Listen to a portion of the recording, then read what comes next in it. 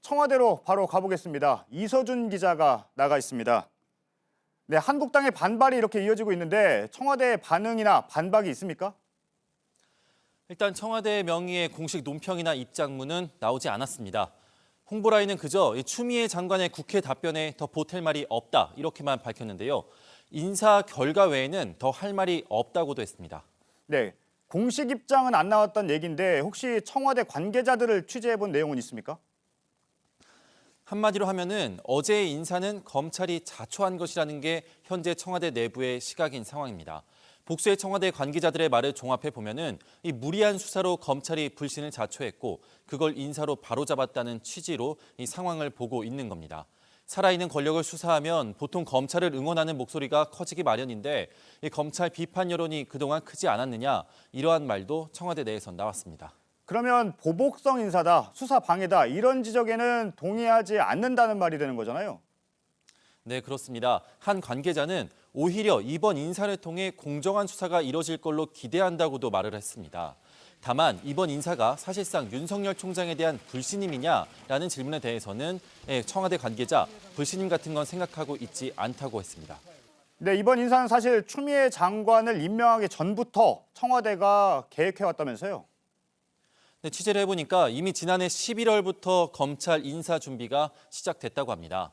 어제 추 장관이 문 대통령을 만나서 이 재가를 받는데 채 1시간이 걸리지 않은 것도 이런 사전 준비가 있었던 걸 입증합니다.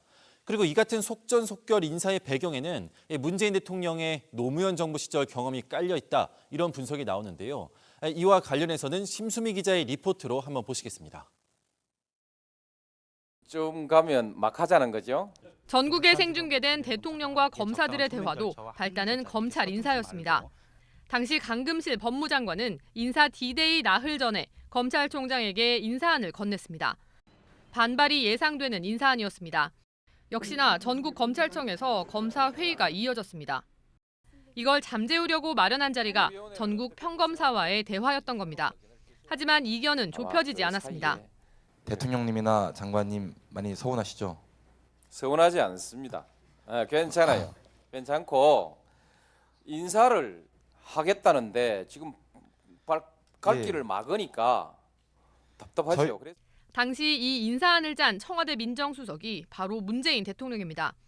어제 추미애 장관이 검찰 인사위원회 개최 30분 전에 맞춰 윤석열 총장을 부른 배경에도 이 경험이 깔려 있다는 분석이 나옵니다. 반발이 예상되는 인사인 만큼 이번엔 검찰의 집단 행동 가능성을 원천 차단했다는 겁니다.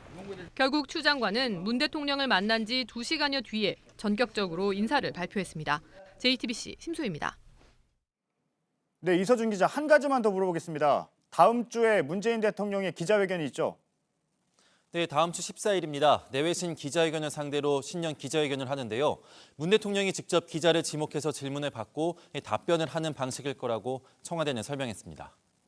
네, 알겠습니다. 청와대에서 이서준 기자였습니다.